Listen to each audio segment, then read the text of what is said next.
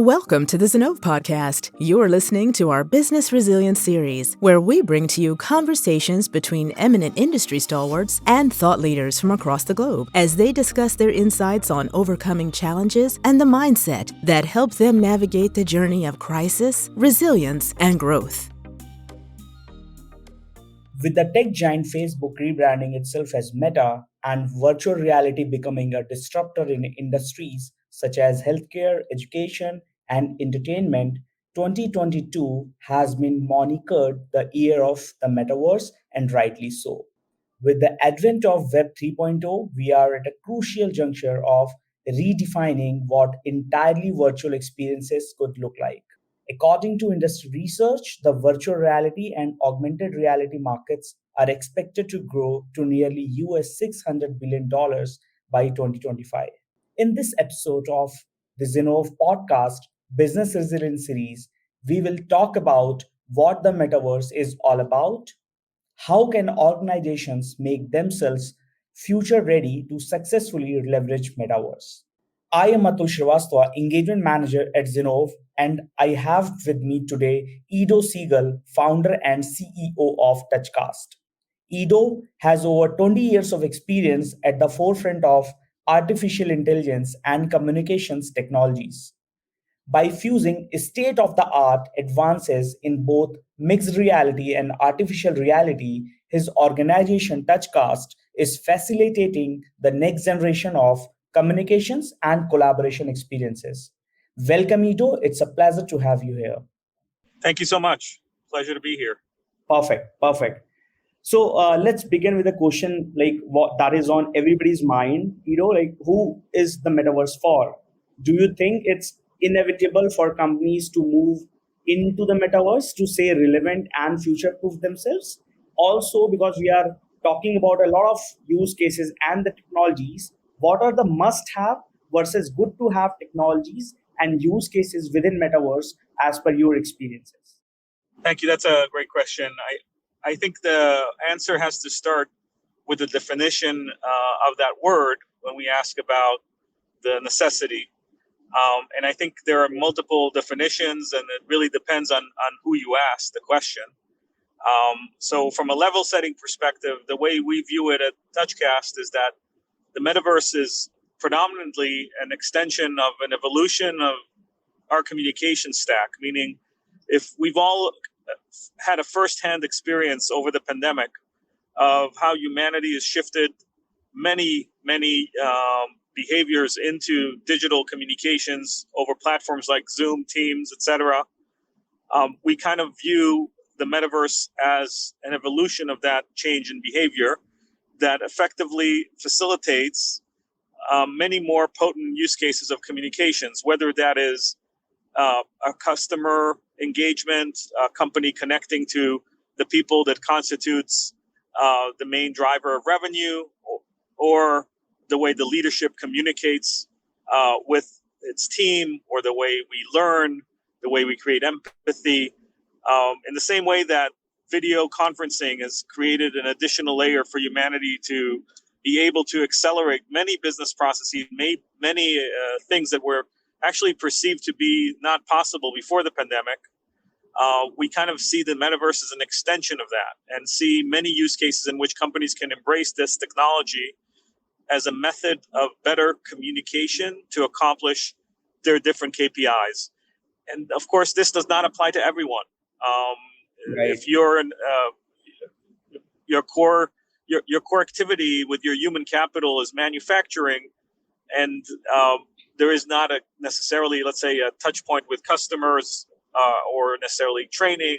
It actually is hard to find scenarios where it's totally not relevant, but there's definitely scenarios where it's much more relevant. And for those where it's much more relevant, I think it is fair to say that you kind of ignore the technology at your own peril, similar to an executive that might have ignored e-commerce in 1999 and let basically a competitor eat away at their market share. In 99, it was just starting. Like, it wasn't that a significant percentage of commerce was generated online, but you have to start investing, building the infrastructure, building the culture within your company that comprehends, understands, and can lead and compete And that's a journey that does need to start now for those companies for which this is something that is a necessity. So it's not a simple answer to a relatively simple question, but hopefully for the listeners, it makes sense. Right, right. I think you very much rightly touched upon these points. And as you mentioned, Edo Touchcast sees it as an extension of like communication technologies, as you mentioned rightly, from like telephony to video conferencing to metaverse. What are your views on the current metaverse ecosystem? If we take all different players or the all different value chain players into a closed room, what are your views on the overall ecosystem? And also, is there a role for system integrators to play in enterprise metaverse adoption? Because we also understand that Touchcast as a company work very closely with the companies like Accenture too, right? So is there a role for system integrators in the overall ecosystem as well? Yes. At Touchcast, we are really focusing on big enterprises and how did they start their migration to what we refer to as MaaS, MaaS, Metaverse as a Service. How do they start that journey? And many times, if not most times, that journey involves one of the world's top SIs. And we've been working with Accenture for over 7 years, Avanade, and others to help these organizations pave a path. For us, this metaverse construct didn't start when Zuckerberg decided to change his company's name. It started years and years before. We've been building a technology stack for about a decade. Right. There are many new entrants, as happens when there is kind of a hype cycle, because that drives the financing that in turn drives innovation. It's very important for a healthy tech ecosystem that you have a lot of attempts. That's the role that venture capital and early stage startups play. Most of them, almost all of them end up failing, but even those that fail contribute to the thinking and ultimately the value creation, because their ideas might kind of through synthesis arrive at other platforms. But the big player in the enterprise world, needless to say, for us, the most important and biggest player is Microsoft, given the reality of Microsoft having a legacy of supporting the world's biggest companies, starting from the age of Outlook and now in the age of Teams. And we are really working very closely with Microsoft at senior levels across different industries to help support a MaaS offering on Azure that will let companies that are already on Azure benefit from a very secure solution that is already on the Microsoft graph. Now, what I just said is kind of a foreign construct for most metaverse-related activities, because most of them spawn from the world of entertainment, social media, or value creation associated with the crypto space and tokenomics. There are very few serious enterprise software players in the metaverse space, in which we kind of view ourselves as leading through execution with some of the world's biggest companies as clients, some of them direct, most of them through our partnerships with SIs and with Microsoft. Right, right, Edo. And Edo, as you mentioned about the like innovation and the financing part of like new entrants as well as the existing big organizations, how should leaders evolve their organization to successfully traverse towards the metaverse? Do you think a mindset change is also required from a like overall company level way, like from marketing to sales, sales to partnerships and customer success perspective as well? I think similar I think the best analogy is looking at what happened with e-commerce in Web 1 and what a monumental shift that was. And it obviously took some time. Right. So some executives are much younger and they didn't experience that, so they don't necessarily have that frame of reference. And some probably in the C-suite did have that experience and understand the metaphor. But I think it, again, depends on which industry you're in and the relevance, the overlap, which is the first thing you need to assess. Can this solution have an impact on my KPIs, whether it's in sales or training or communications? And if the answer is yes, then the only way to learn is through doing and taking some risk. And that's the kind of risk reward equation. And again, depends on what sector and what subsector you're in. It might be the case that embracing the metaverse aggressively would have a very material impact on your company's competitive advantage. And there will be those companies early on where they can literally build a company on the premise of that and really enhance their underlying economics. And there'll be others where it's more of an innovation journey where they should and would use some of their innovation budget to experiment. And it might fail in the beginning and succeed 3 years from now or 5 years from now. But you are establishing cultural openness to technology so that you don't fossilize and lose an opportunity whereby a competitor, more nimble, younger entrant into your market can steal away market share because they know how to leverage better technology than you, which is often the case. And that's the disruptive nature of technology. So I think you have to be vigilant and you have to not be cynical, to be open to the opportunity to learn, to understand what is possible with an optimistic view before you can afford to be cynical and brush it off as just another kind of hype bubble. And again, for some companies, it is exactly that. It's not relevant. Not all companies can benefit from it. But there are ones, I believe, where it can have a very material impact and will fundamentally change those companies or alternatively change their industry. Right. I think I totally agree with you, Edo, in terms of like you mentioned about how do you want to plan your journey at the same time where you want to see yourself in the next 3 to 5 years. I also liked your idea, like earlier you touched upon the e-commerce example, how the companies who did not move towards the e-commerce platforms in early 1990s, where are they now? We have plenty of examples, I think, in a lot of other industries too. Like we have a very good examples from Blackberries of the world or Kodaks of the world, who were some time of their point of time in their overall life cycle, they were at the peak. However, they didn't, move to the change and did not, adopt the technologies as per the time needed. Maybe that's why they are not now in the situation where they should be. I think that's really good examples, Edo. And you mentioned, like, for example, we were talking about the automotive industry, and you said like the metaverse or the digital twinning of the factories for the automotive companies are there in the market for last 10 years, especially in the but not only automotive but other industrial setups as well. Probably because the connectivity part, the 5G is already commercialized in the industrial spaces. However, I just want to understand more on the blockchain part, because there is an existing firewall in the industrial setups, whether it's a manufacturing, pure play manufacturing, or the automotive setups where we have a factory setups and all, where these firewalls or existing cyber security norms are already there.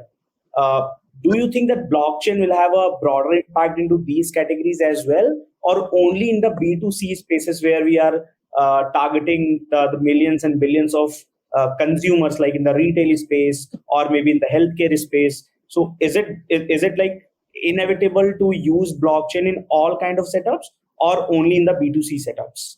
I don't know that I would go as far as to say it's inevitable, but it definitely would, I think, play a material role. And I remember when the iPhone came out, and at the time, all of us within the enterprise space were using BlackBerry devices that had gone through an evolution, and a big part of that evolution was the ownership of the IT class of the kind of security of that data and an embrace of it. And when iPhone came out, for a few years, there was a very strong line amongst the IT class that there's no way in hell that you will ever be able to use an iPhone on our corporate network and get your email, etc. It was just perceived as something by that class that will never happen. They will never allow it to happen. Now, and they had their reasoning, right, in terms of security and operational model, control. Now, we all know how that ended up. And why did it end up that way? It ended up that way because the value that was generated by that technology, the iPhone, as a consumer engagement, permeated into the enterprise space and forced the hand of the IT class to embrace. And I think that's the lens through which you should think about the answer to that question. There is a linkage between the B2C and B2B in this regard. When something becomes mainstream and it solves a big problem for you and your consumer life, then I think it's inevitable that it will become a mainstream in those interactions as well. And there's also a lot of merits to the technology that is really valuable in certain use cases. But it's probably a longer conversation for a whole hour just to talk about how blockchain is potentially used in enterprise, what it means for metaverse, what does decentralization really mean, is probably a long conversation we can have another time, but it's a fascinating one. And there are some incredible things that are happening as we speak that really are the kind of, I would say, the tectonic shifts of the fundamental infrastructure of the internet that leverage this technology. And those are the things that will force the hand of change, those tectonic shifts of the underlying fabric, the underlying infrastructure of the internet when it goes into a decentralization mode powered by the marvel of blockchain. Yes, rightly said, Edo. My last question for you is what are the key elements and enterprise should think of for a successful metaverse strategy? Because you talked about all the benefits, you talked about the merits of a particular company to be in the metaverse or to adopt the strategy to be in the overall ecosystem. Is there an opportunity to create new marketing channels as well for the companies? Our lens really sees it as something that is driven by this analysis of viewing it as a communication technology between your human capital and other constituents or internally. So it's not that we view it as there's some metaverse somewhere that you need to go and build in. That doesn't exist. And just doing something for the purpose of saying that you built something in some metaverse is not, for our perspective, really an example of sound business thinking. It's that could be done for marketing purposes. If you want to use the word metaverse in your marketing and you want to say that you're in the metaverse and you want to check that box, then by all means, you can explore that. And there are a multitude of opportunities you have to do so.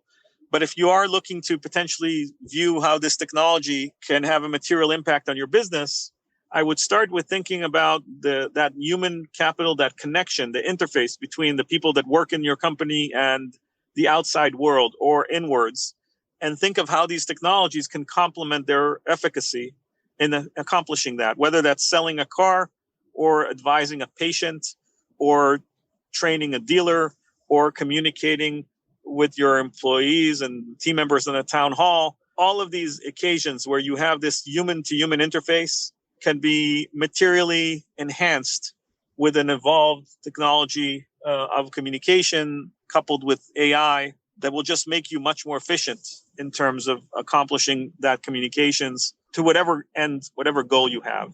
Perfect, Edo. So I think we talked about multiple points in the entire metaverse ecosystem. We talked about how important it is and how future-proof the technologies are, how a leader can traverse themselves towards the metaverse, what are the role of different business domains, how industries can have a better role in terms of finalizing their short, mid, and long-term goals. We also talked about how the service like MaaS, Metaverse as a Service, can also change the entire phenomena of Metaverse ecosystem. So thank you so much, Edo, for taking out the time and being here with us today and having this conversation, which I think is very relevant and important as enterprises and leaders alike traverse the Metaverse landscape. Thank you for your time and your wise questions, and for our listeners. Thank you to those listening to this episode of Zinnov podcast, Business Resiliencies Series. I hope you enjoyed this conversation as much as I did. We will be back soon with another expert from another industry very soon. Until then, take care and goodbye. Thank you. Thank you for listening to this episode of the Business Resilience Series. Stay tuned for more such interesting episodes. You can listen to our podcast on Apple Podcast, Google Podcast, Spotify, or wherever you get your podcast from. To know more about Zinnov, visit our website, www.zinnov.com, or drop us a note at info@zinnov.com. Follow us on Twitter @Zinnov for regular updates on our content. Thank you again for listening to the Business Resilience Series of the Zinnov podcast.